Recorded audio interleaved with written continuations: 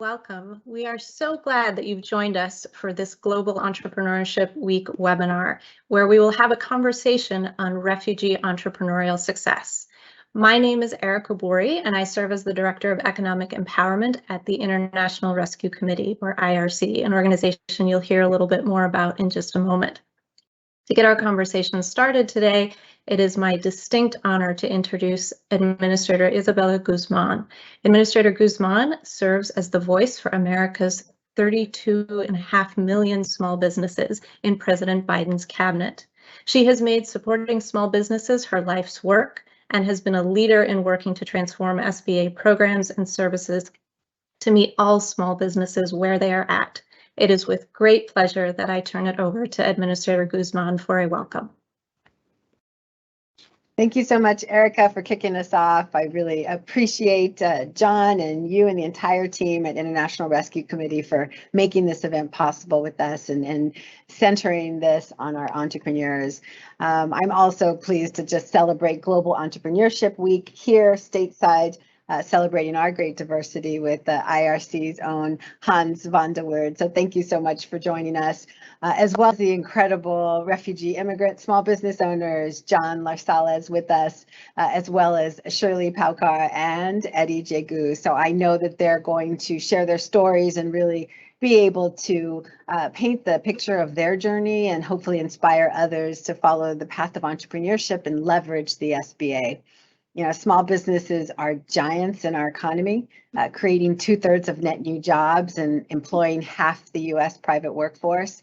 You know, they are essential to our economic power, our global leadership, and our ability to build an economy that works for everyone from the bottom up and the middle out, as the president says. You know, elevating them is why the SBA was founded over 70 years ago, to drive competition, empower American innovation, and ensure that our neighborhoods could be lively with entrepreneurs giving us the great products and services that we have. You know, immigrants are a key contributor in this effect, and with small businesses in particular. They actually represent about 1/5 of all small business owners and also employ 1 in 6 US workers. And in so many ways, they are the essential representation of the American dream of business ownership. And small business ownership has long stood as an important pathway to opportunity, for wealth creation, for establishing yourselves in this country and building generational wealth that can really transform communities at large.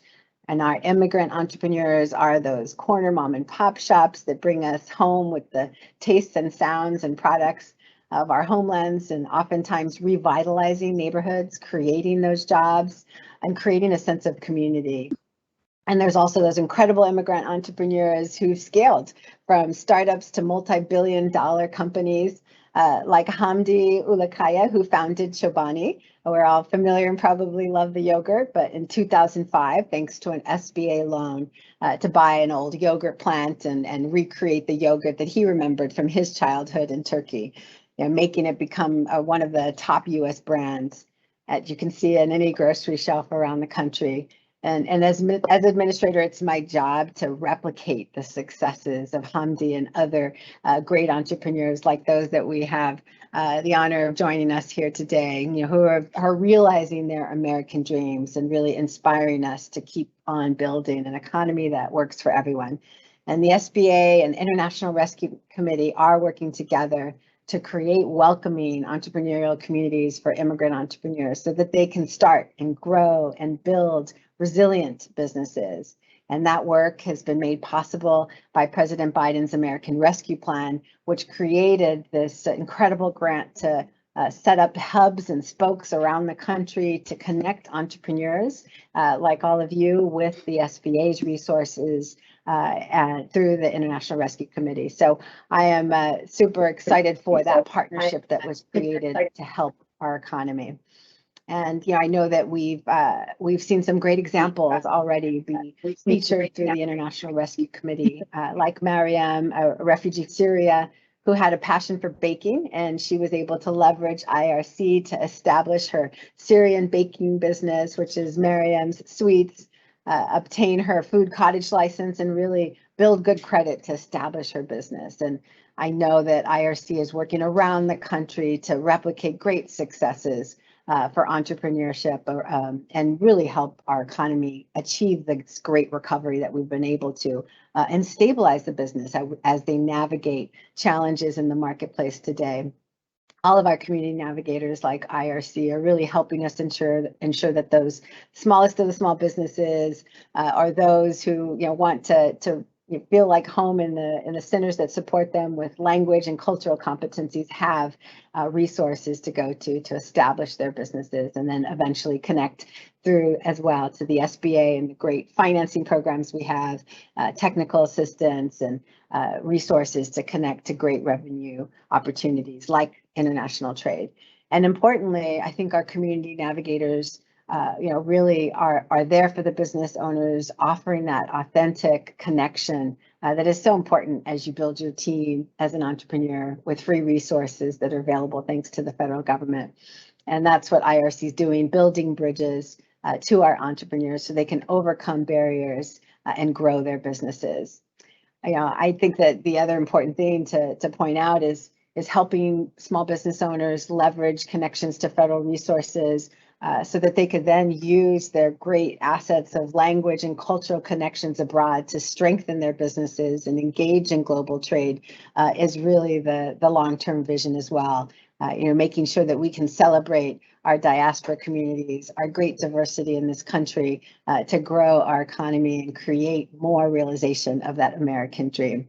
So I'm really proud to focus here in America on Global Entrepreneurship Week work around the world to really focus on our immigrant entrepreneurs who are such an essential part of our global leadership and our competitiveness as a nation.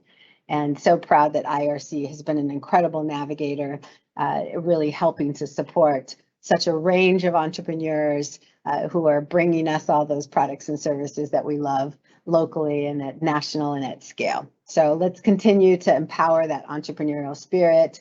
Let's hear from some of the small business owners themselves and just remember that we are here to support all of you because we need you to do what you do best, and that's create those jobs and continue to grow neighborhoods and communities with your entrepreneurial spirit. Thank you so much for having me all and for continuing this conversation.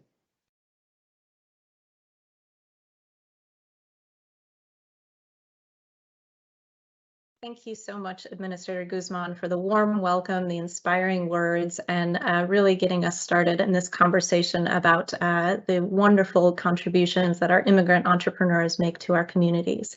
It is now my pleasure to hand the microphone over to Hans, the Senior Vice President with the International Rescue Committee. In this role, he oversees all of the work that we do in both the US and Europe.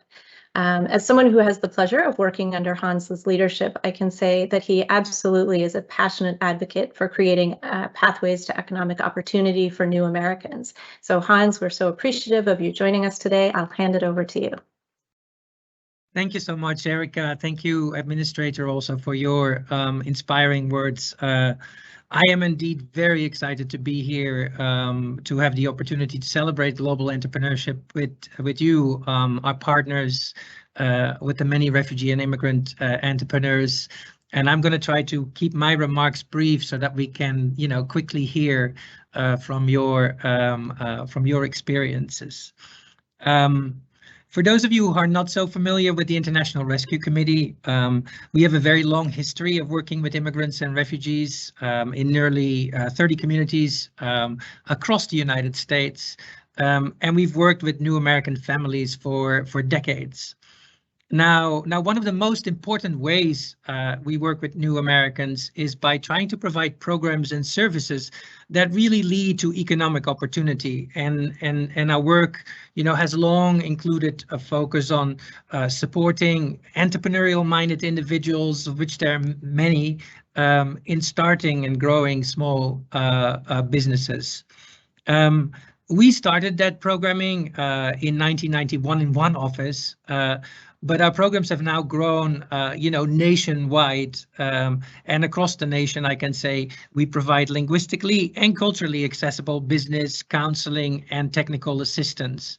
And through that work, and with our partners, we've helped start and grow thousands of small businesses. Of course, in doing that work, we have long recognized also the importance of access to capital when starting a business. And I'm also incredibly proud that we're home of IRC's Center for Economic Opportunity, a national CDFI, where we are now lending in 15 states. IRC's CDFI made more than $7 million in small dollar loans to low-income communities in the last year alone. And we are very proud, of course, to be an SBA microlender in San Diego as well. And speaking of the SBA, I think in our small business programming, we regularly take advantage of many of the SBA resources. We're working and utilizing the experts from local SBDCs, WBCs. We benefit from the many SCORE volunteers. And just a few years ago, one of our small business centers in California became an SBDC. So our partnership is really terrific. Now, last year was especially exciting because last year was the year that we became a Tier 1 grantee of the Community Navigator pilot program.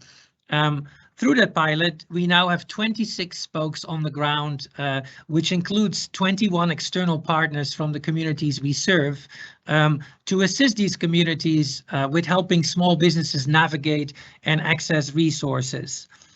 The plan of that pilot was that we aim to serve 3,000 businesses over 2 years and then help create and retain 10,000 jobs. And, you know, with the risk of being accused of bragging, I did want to share with you sort of like the first 9-month results of that, because in the first 9 months, we were able to serve already 1,350 small businesses. IRC and the partners provided 6,840 hours of technical assistance, and we helped businesses apply for $10.5 million worth of assistance, and already close to $5 million of that assistance has been made available to companies. You know, doing this work, and you know, I hope that some of the entrepreneurs will also speak about that. You know, there's no doubt that, say, new Americans still face challenges when they want to build thriving economic lives and when they first arrive. The lack of English language skills, the absence of a credit history, a lack of access to capitals and savings, and also the struggle to find a local network of support. And what I, through this work over the years, have found most inspiring is how resilient and entrepreneurial, you know, new Americans are, and how they have overcome barriers to become business owners at an incredible pace. The administrator gave some stats, but refugees and other new Americans make up about 14% of the population, yet they are 21% of the business owners. And I think aside from the enormous resilience and talent of the entrepreneurs, you know, how this happens too is through the work that, say, IRC and the partners are able to do in providing linguistically accessible business counseling and technical assistance. And by doing that work, you know, helping to foster credit readiness, help to improve direct access to capital, and really provide that assistance in navigating the access to federal, state, and local small business relief and capital. And I think all of this helps to unlock and leverage the incredible talents and skills that new Americans bring as global entrepreneurs. So it's really our vision to build out a broader new American business-to-business coalition so that we can network, so that we can strengthen opportunities among business owners within America and across the globe, especially as so many immigrant business owners are primed to excel in the import and export and trade. Of the 1,350 plus small business owners that we have helped through the Navigator pilot, that group is incredibly diverse. People own businesses that range from, part-time in-home catering businesses to neighborhood retail outlets to the rapidly growing transportation businesses, and all have in common that they employ many, many workers. So the diversity that these business owners bring to our country and our economy is a strength. It's clear that the entrepreneurial drive really knows no boundaries, and that these business owners absolutely embody the spirit of Global Entrepreneurship Week. And so I really want to stop talking now because we want to hear from those entrepreneurs in the panel. Again, I wanted to say how happy I am to be here and to celebrate with you, and really to nurture this culture of diversity, equity, and opportunity amongst America's small business community. So thank you, Erica, and with that, over to you. Thank you so much, Hans. Thank you for joining us today and for sharing your perspective, your thoughts. And I think you're quite right that we are all eager to have the opportunity to speak with the small business owners who have joined us today. They are 3 among millions of immigrant small business owners across the nation who are helping our economies thrive. In order to introduce you to these 3 wonderful small business owners that we have, I'm going to hand it over to John Vosper, who serves as a Deputy Director of Economic Empowerment at the IRC. And he has the great pleasure of introducing you to these 3 business owners and facilitating a conversation that we hope will help you learn more about the amazing businesses that they're growing and their perspective on immigrant entrepreneurship in the United States. So John, over to you.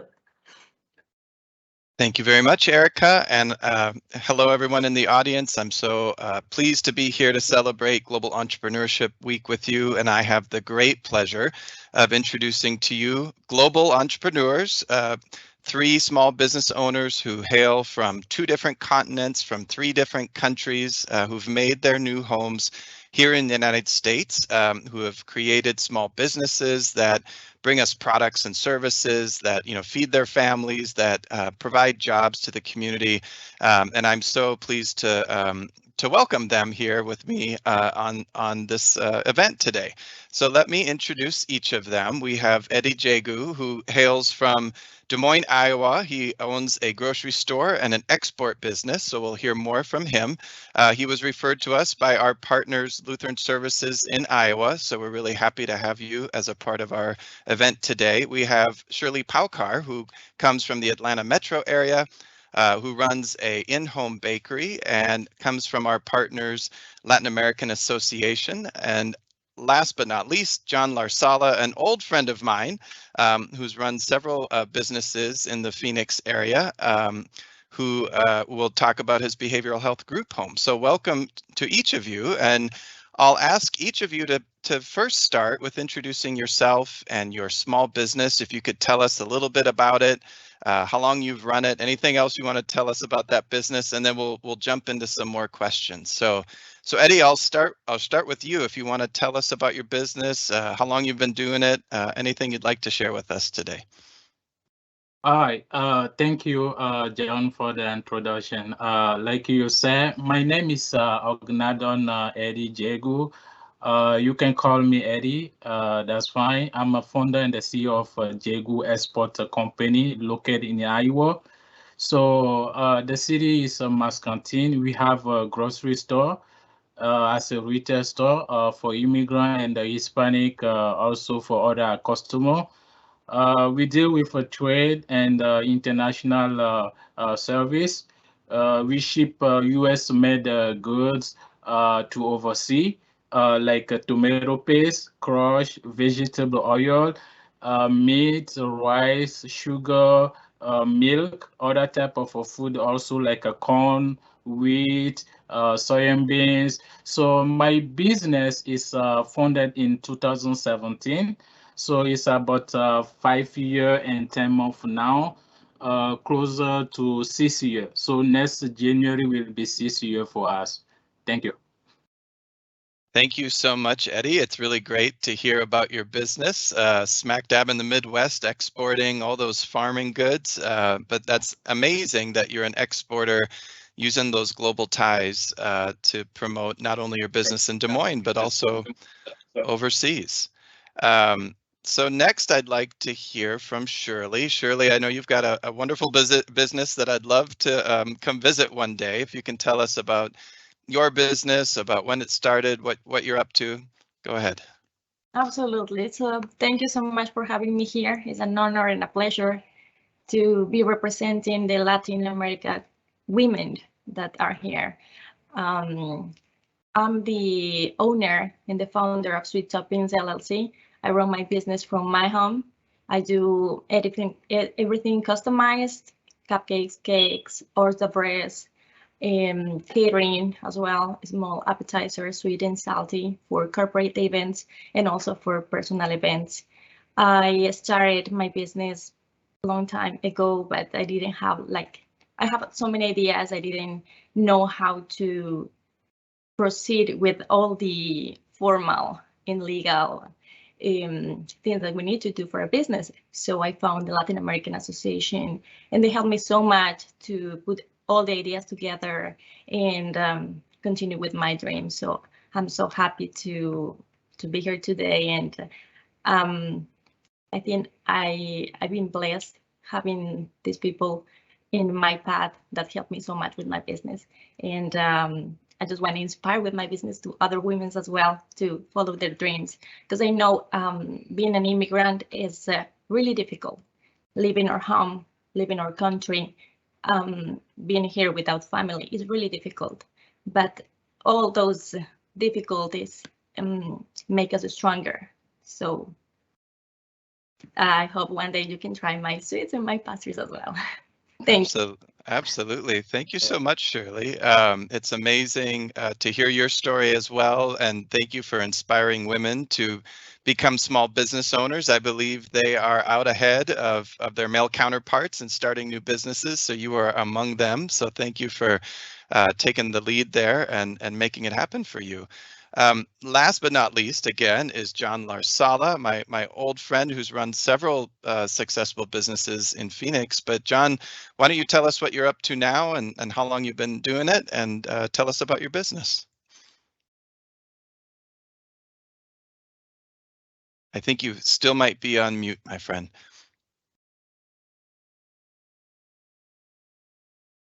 John, I think you have to take yourself off mute.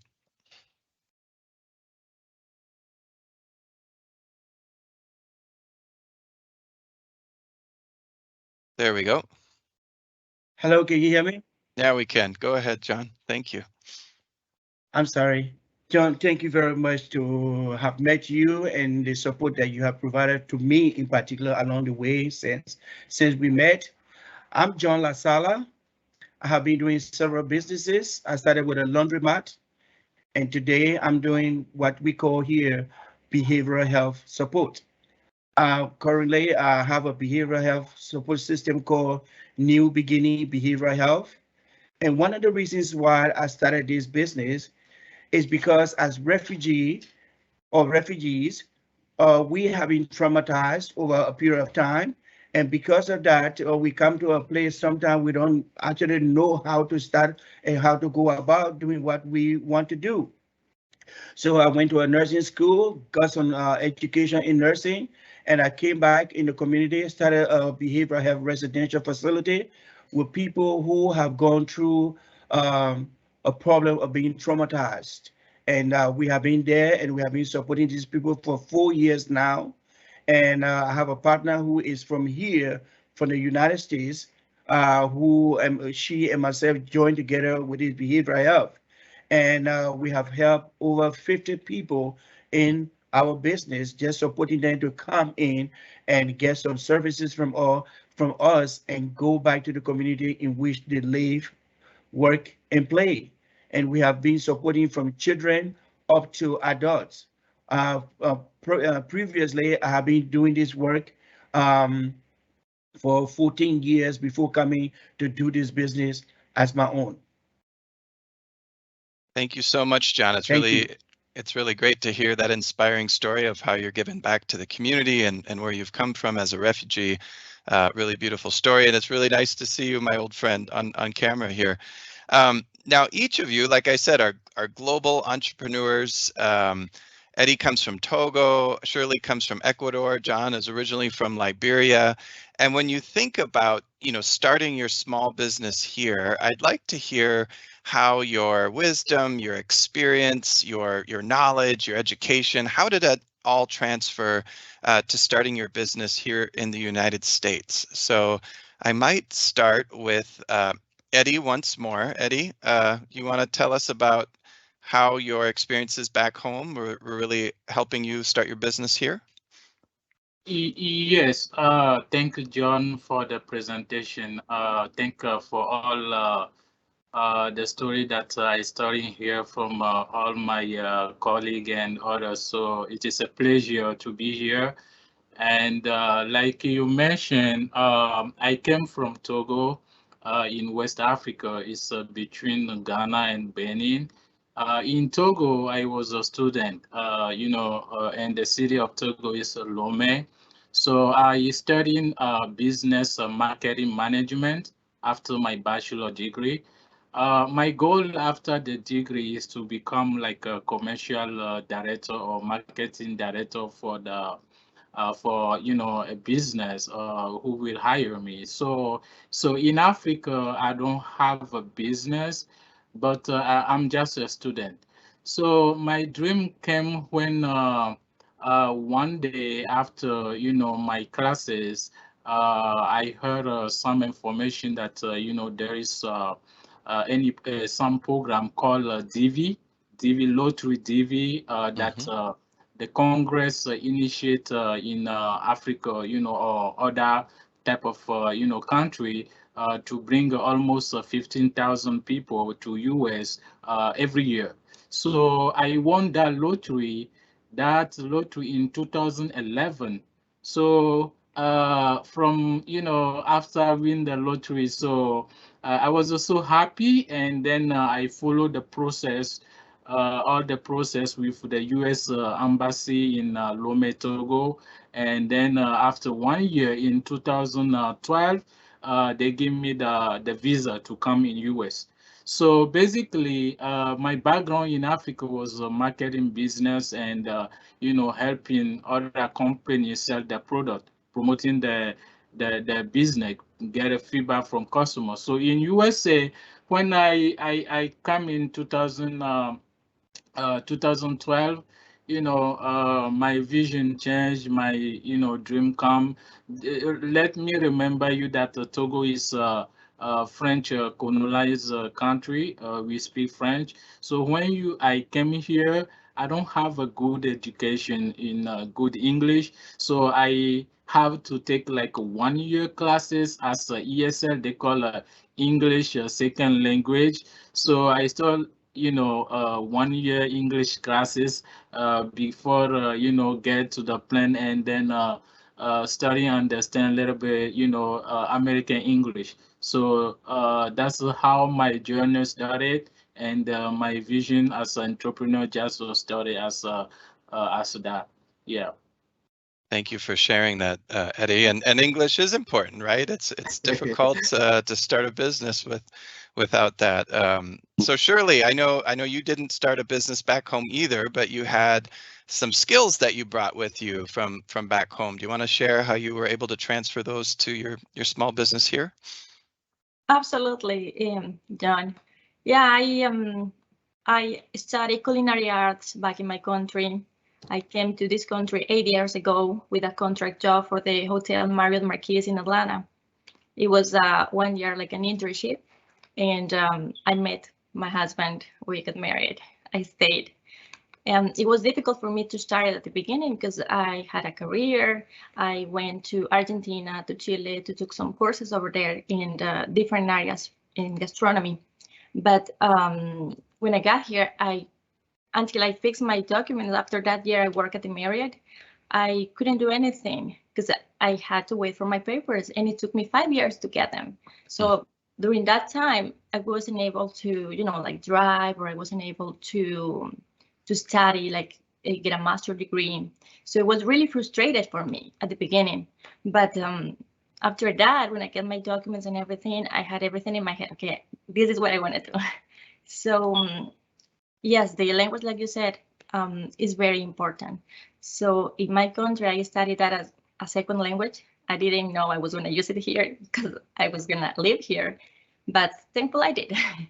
And it helped me a lot. It helped me a lot. But even though I had experience in culinary arts, I worked in several places. I was running a catering business in my country for a hospital. It was a mental hospital, and I had experience. But when I was here during that time without like working in my area, I wasn't comfortable to just step up and say, hey, I wanna be an assistant manager, I wanna be a GM here. So I was like, okay, I'm gonna show them that I can make my way up. So I joined IHOP, a big franchisee, and I started as a server there. And I made my way up. They were about to give me a store as a GM. And in that time, I was making the big decisions. I was like, no, I already registered my business.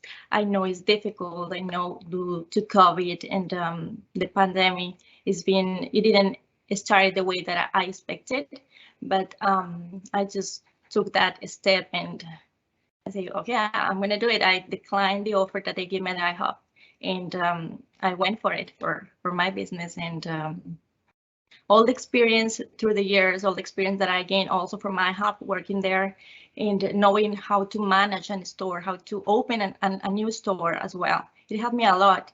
So now I have the confidence myself that I know I can run my own business, and I know it's going to be so much successful. Yeah, fantastic. You had like the skill set that you brought from back home. You learned some new skills here and you applied it to your business. That's incredible. John, why don't you tell us a little bit about, again, like the knowledge or skills, or if you ran a business back home, how did you bring those back over here to the United States to transfer them to your new businesses here? Yes, John, I'll be welcome to tell you the story. My father was a businessman in Liberia. So when I was in 5th grade, I started learning how to purchase the goods and selling the goods for him as he washes me. And so I used to sell boiled egg on my head, going around with a boiled egg on my head, selling it to people. I learned how to talk to people in order for them to buy my boiled egg instead of them buying the boiled egg of the other guy. And so I learned how to speak to people and convince them that my boiled egg was good. During the war, just before the war, I was the only child, boy child that went to university. So I decided to do a business so that I can come back and take care of my father's business. But unfortunately, the war came and I ran away, went to Cote d'Ivoire, where you call Ivory Coast. And I went to school there and I continued my business school.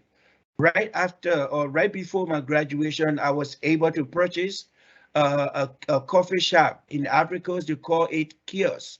So I ran that coffee shop for 3 years before coming to the United States. So when I was coming to the United States, I came with a determination that I know how to do business. I have gone to business school. So when I go to America, I'm going to start my own business. So that is why when IRC assisted me for the time that they assisted me to purchase my house, after staying my house for a few years, I refinanced, took some money out, and opened my laundromat business. And I operated that business for 3 years. And here we are today.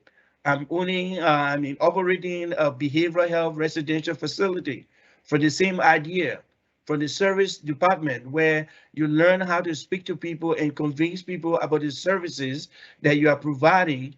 And as you express yourself well to them and they understand you, they will come more to your services and be able to benefit from the services that you are providing to them. And that makes me happy. And I'm very glad, John, and everyone that on the team here, that is a great opportunity that have been given me for me to be able to provide services from my own mind, and I'm able to make my money from my mind. And I'm glad that America is able to provide such an opportunity for me. John, I love that I've learned something new about you, that you had an egg pitch, that you had that and you were able to transfer it to pitching your business today is amazing. But the other thing I love is each of you talked about your dream of starting a small business. And I think that's what we hear small business owners often talk about, right? That passion, that drive, the dream to make this this thing a reality, and each of you have.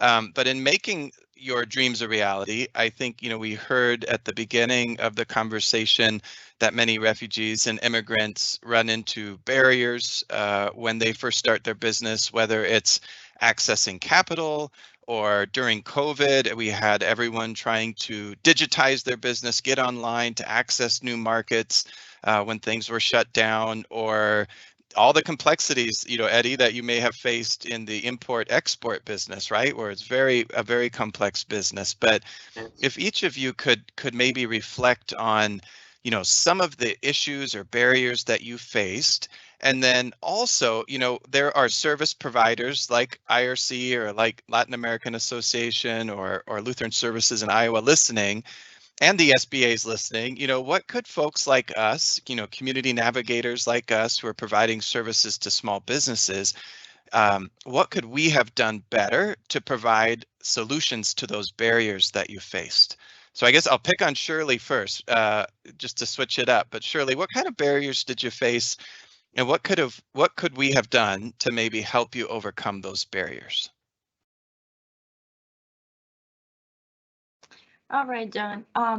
Well, the main barrier that I was facing was how to put together all the ideas. So with the help of the Latin American Association, when I joined them with Avanzando Juntas, that is one of the programs to build my business plan, that helped me to put everything together and started with that. And then where to go to register my business, what to do, the sales taxes, everything that is important to put it in a business, to run it and to let it grow. Because I know a lot of places run their business from home, but doing it without all the permits and all the legal stuff that we need if we want our business to succeed. So they help me a lot with those tools, the coaching sessions that they have with the marketing, the Navigator pilot program that they have as well has helped me to sign up for all the grants that they have. I received one from the Latin American Association during COVID. So I received one of it was like $1,000, but everything helps in a small business, because we need the money to invest and to keep the business going on. So they helped me with that. I think all the resources, all the tools, and that they given me is helping me so much. I think the capital as well, the money wise for investing, is really important, and that's my next step, because I do want to, I'm still working from home, getting my car's license. My projections for next year is working with these catering venues. It's called Divine Kitchen, and they have 6 venues. They're interested in my pastries, in my desserts for their catering. So with that, it will be like a 260% more for my sales. Wow. So then I'm gonna need, all the loans that I need in order to take that next step. So yeah, they've been so helpful to me with all the tools, all the resources that they provide. Great, thank you for sharing that. So I heard you say just all the complexities of a startup business, the permits, licenses, knowing how to navigate all that, but then access to capital, and the money that you need to start up, as well as, COVID relief, right? Like just keeping your business afloat during those times. Yeah, thank you for sharing that. So I'm gonna ask you, John, next. What kind of barriers or issues did you face in starting your business here in the U.S. and maybe what areas could we have done better for you? At the very beginning, when I approached IRC at the time you came in, I mean, you just jumped in at that time, but at the very beginning, I needed a navigator, somebody who going to be with me like a big brother or big sister, so that when we walk in the office, I can look up to that person and that person be able to express my thoughts in a way that other people from here could understand and be able to support me. Secondly, I need somebody who could be able to do taxes for us. We don't know what we need to claim a tax in businesses here. In Africa, especially in Liberia, when we do business, it's just minimum tax. But here, we don't know what to claim in tax, and we don't know when to pay our taxes. I mean, those information are kind of like hiding from from us, and it's difficult to obtain. Except you find an accounting, and an accounting will charge you money to give to pay them so that they can be able to do your job for you. So those are two areas that I would like to point out. In addition to that, at the very beginning, as I said, I was looking for money, and one person pointed to me, hey, you can refinance and be able to get money from your business so that you can start your own business.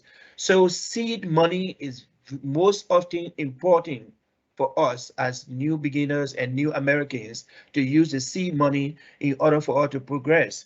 Also, we need tools for us to use. We may be able to start the business, but if we don't have the tools and training on the tools that we need, like computer training, so that we'll be able to use the tools appropriately for us to advance our business, like to advertise or just make advertisement on your computer for other people to see your business. It's very important for us to do that.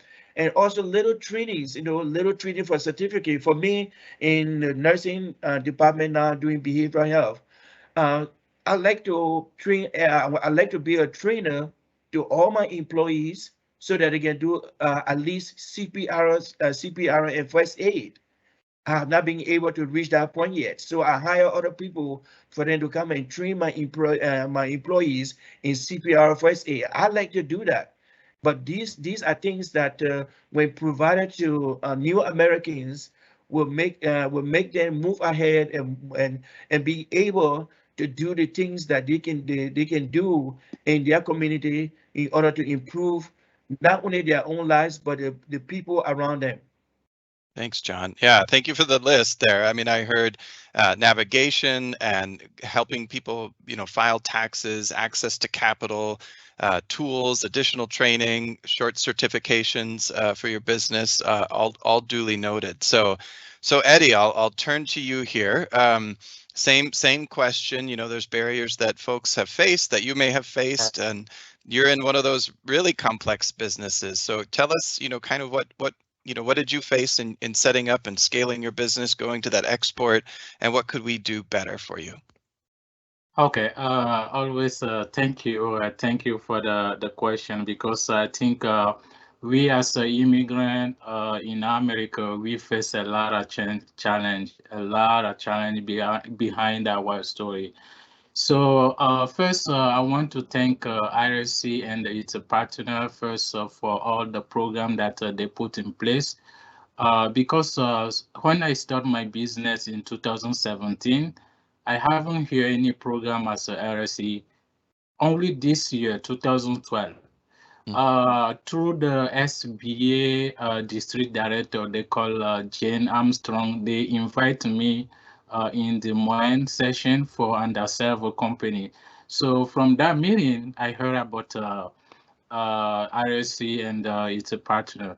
So let me share two stories. The first story is when I started my business in 2017, I was looking for capital, just capital to start my business. But that time I was working as a full-time job. So when I reach out to all the lender in my local city, all deny my application. They say that you don't have, the qualification, you don't have the credit, you don't have business, information. So all my document was denied. So the last bank that gave me hope to my application, he told me that, hey, Eddie, go ahead and bring me your business plan, your projection, also your forecast for 3 years. Oh, I was also happy that time. So when he told me come with other document, unfortunately, after I brought all those documents, he said everything is good. He told me that, Eddie, everything's look good. And the first question he asked me if I'm a citizen. That time I was, that time I have only my legal permanent resident card. So remind you that I got my citizenship in 2020. So in 2017, I don't have my citizenship. So he told me that if I'm citizen, I said no. And later, he called me on the phone and said, oh, your application was denied. Okay, all right. Anyway, so, how to come up with a solution. I, call my wife and say, oh, anyway, I will do my best to, do everything I can so my dream come true. So I use my saving, I start another job, so I have to, ask a friend another money. So all those things I did in 2017 to put my business alive today. So the second story I want to share is this year I was also surprised when I submit the application with IRC and it's a partner about the loan. And guess what? I was looking for $10,000, and then they approved me the $10,000 and without interest. That was a zero interest. I was saying, oh wow, how where can you find that amount, $10,000 without interest? Even if you go to the local bank or micro lender in our local city here, they will charge you like a 1,000 plus interest. So for me, I see it's greater tools, greater power resource for all our immigrants as I am. So to use that tool also to continue to grow. That is the only I can say. So thank you for that program, and I continue to thank you guys for all the great resource that you put in place for the immigrant. Thank you.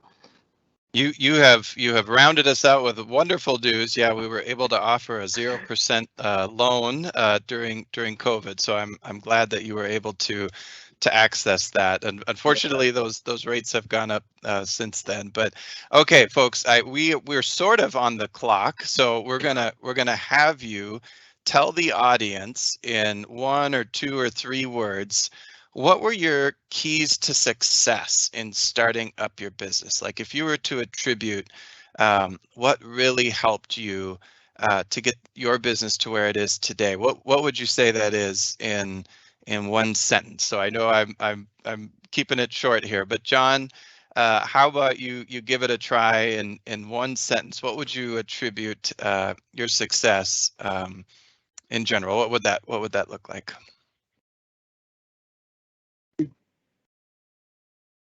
The determination not to make you ashamed, John, because you trusted in me and you helped me. And also the idea of being able to participate in the economic development of the community in which I find myself. Absolutely. I think determination is one of those key words, and I know John has been a community leader in Phoenix for decades, so I know you've given back a ton. Eddie, I'll go to you. What do you attribute as the key to your success as a small business owner? I will say resilient. Resilient is the power. Is the power for my success. Not afraid of failure during the tough time. Also, you have to have a motivation. Motivation also to learn to grow, conviction, and also to be part of a different program, like learning program that could you help you scale. Also have a plan for your success. Have a growth plan. Have a projection. That is the only thing I can share with others is to reduce the risk. I know that in beginning of the business, we don't know, which way will be better for us. So we take all type of risk, and at the end, everything go down. So you have to know how to reduce the risk so that in 5 years you still stand. You see what I'm saying? So Absolutely. yeah, keep working hard, and then have a resilient. Thank you.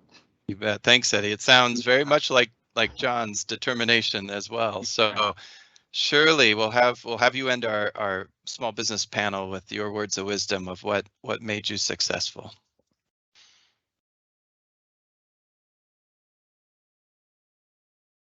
Go ahead, Shirley.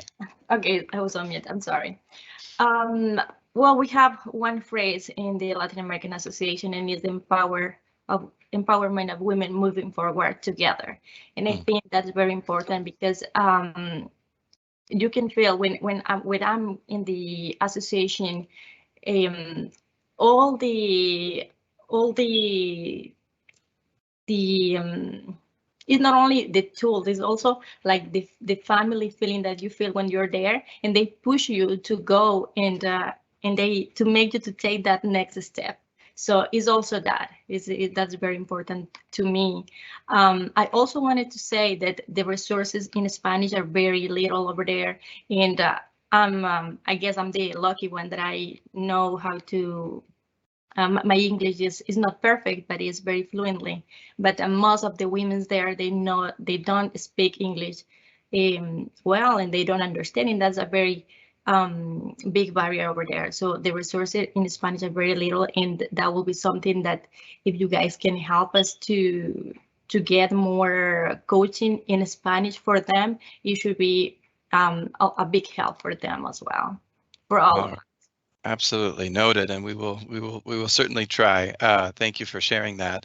I think at the end of this panel, what I see are dreamers and risk takers and people who make dreams become reality. And I just want to thank you for joining us today at Global Entrepreneurship and being global entrepreneurs and bringing all those strengths and talents and resources that you all bring from back home here to this country. So I'm going to have Erica kind of bring us to the next chapter of our event today, and thank you very much. Absolutely. What a wonderful panel. I think we are all very honored and lucky to have heard from John and Eddie and Shirley today. And I would certainly echo John's statement about dreamers and risk takers, people with determination and drive and vision. And I want to thank them all, especially for helping all of us on this call, many of you in the audience, think about what do we need to do more of? What do we need to do better? What do we need to do as policymakers and practitioners and funders and community leaders and government partners to help these entrepreneurs succeed? And I got a list here. I mean, they were really helpful, I think, in sharing with us what the specific pain points are, what are the things that can help accelerate their success. And so I think the task is to all of us to really internalize that and use that to drive our own visions forward for our own work in our own spheres. With that, I'm going to turn it over to Christine Brown, who is the Director of Trade Policy in the SBA's Office of International Trade. And I think it's a wonderful opportunity we have to have Christine here to share with us just a little bit about what some of she and her team are doing to, again, help folks just like the three entrepreneurs we just heard really participate in the global economy. So Christine, thanks so much for joining us, and over to you. Great. Thank you, Erica. And I think I was, thinking about what to say about the panel we just heard from, and you took the words straight out of my mouth. I just want to thank our three immigrant entrepreneurs, Eddie, John, and Shirley, for taking time out of your day. We know how busy you are just running your businesses to share your stories with us, because they are really, truly inspiring. And really, as the administrator said in her opening remarks, this is what drives us to every day in our jobs, is to help people realize their dreams of starting and growing businesses. I've been asked to provide a bit of an overview of how SBA programs can help, and identify some of the programs that we have to fill those gaps. And in fact, I would say some of the challenges that Eddie and John and Shirley all mentioned are things where we know that we still have to do better. And we know that it's not always been easy, or a lot of, some of our programs not always been easy to access. There's increased more awareness that we need to do a better job getting the word out to all the entrepreneurs out there that have this dream, or all the small business owners who want to grow their businesses further. I would say, you've heard a lot about the work that IRC and other groups do. Counseling and training are a big area of focus for us. SBA has SBA, we have our own district offices across the country. 68 of them, but really to increase our impact, we worked with a number of local partners to counsel, mentor, and train small businesses. IRC, you've heard a lot today about the community navigators, and IRC is a great partner in that. These are really trusted partners in underserved communities to help bridge the gap between those communities and SBA programs that are out there to help you. I mean, from the discussion today, we've heard about the difficulty in applying for financing and translating your ideas to business plans. And so that's a lot of what SBA's resource partners, as we call them, whether those are small business development centers or women's business centers or community navigators like IRC, that's a lot of what they're doing. We've found from our experience that local help, it's fine for me being in Washington, DC, but we, from our experience over the 70 years that SBA has been working, we found that local help is where it's needed the most. Our local partners like IRC, they're providing the training and credit building opportunities, training on record keeping and formal business structures. They're providing a lot of training in various languages. I hear you, Shirley, about having resource materials that are available not just in English, and that's something that SBA is very much working on. Here in the Office of International Trade, we're also trying to expand what we have that is not just in English. We have a website called the Trade Tools website that's provided in both English and Spanish, and so that's really there to help small businesses learn about what's the various steps to pursuing international trade and what are the resources that are out there for you. And there are a number of, in addition, we know that small businesses, you've got probably multiple day jobs.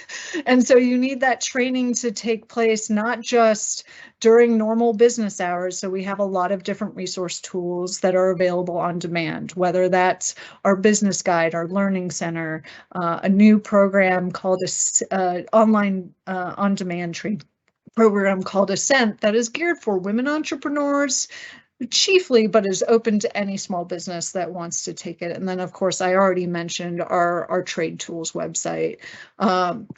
We heard a lot about financing, and that's definitely an area that we are working to increase equity in accessing capital. We've heard a lot about the difficulties.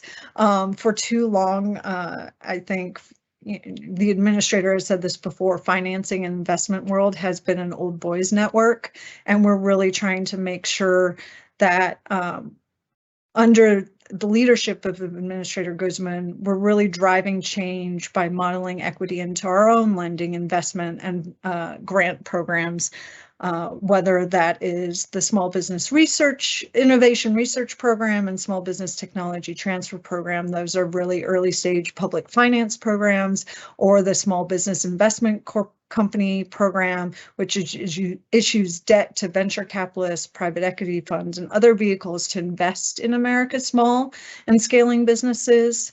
I think you've heard some of those stories about working with lending institutions. SBA also provides commercial lenders with guarantees to incentivize funding of small businesses. We in the Office of International Trade have programs that are specifically focused on exporting. And we have export finance managers that are across the country that can work with you to identify which one of our export finance programs might be right, identify that lending partner, and then also help you with the process. We also have for international trade, we also have a grant program that we work through participating states and territories to provide that help cover the costs associated with export development activities. But we know that not every business is going to be ready for a big loan. I think Eddie talked about the microloan route, and that's sometimes a really good place to start. We have a new Community Advantage pilot program, and of course, as Hans mentioned at the front, a number of our resource partners like the IRC also provide microloans through, and that's a great resource for small business as well. And we're really working under Administrator Guzman's leadership to make changes that will help address the gaps. I know I've covered a lot of resources today, and you've heard about you've heard about a lot of these resources as well from our featured small business entrepreneurs. And I've just mentioned the ones for SBA. There are a lot of other resources available from other government agencies, as well as state and local programs. We know it's difficult for any entrepreneur or small business to find out about and access these programs. And so we really encourage you to work through your local partners like Shirley and John and Eddie have all talked about their own experiences. So we encourage you to tap those local resources, whether it's the SBA district office or IRC or another group that's in your local community. They can share information not just on SBA resources, but also on the wider range of resources that are out there to support you. And you can always find out about these local resources on sba.gov. And then I know we've run out of time, so I'm just going to say thank you again for joining us to celebrate Global Entrepreneurship Week and our diversity in the United States and our small businesses. And I'll hand it back to Erica just to make a few closing remarks. Thank you again. Wonderful. Thank you so much, Christine, for sharing all those resources. And again, we appreciate everyone who has joined us today. What a wonderful way to celebrate Global Entrepreneurship Week. Certainly IRC has appreciated SBA's partnership and just the opportunity to really lift up these wonderful entrepreneurs who truly are global entrepreneurs. And we thank you all for your time. We hope you all found it useful and wishing you a wonderful, healthy and safe weekend. Thank you all. Thank you.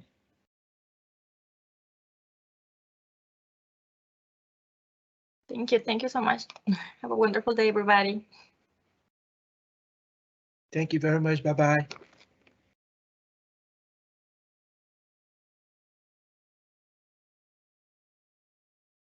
Thank you.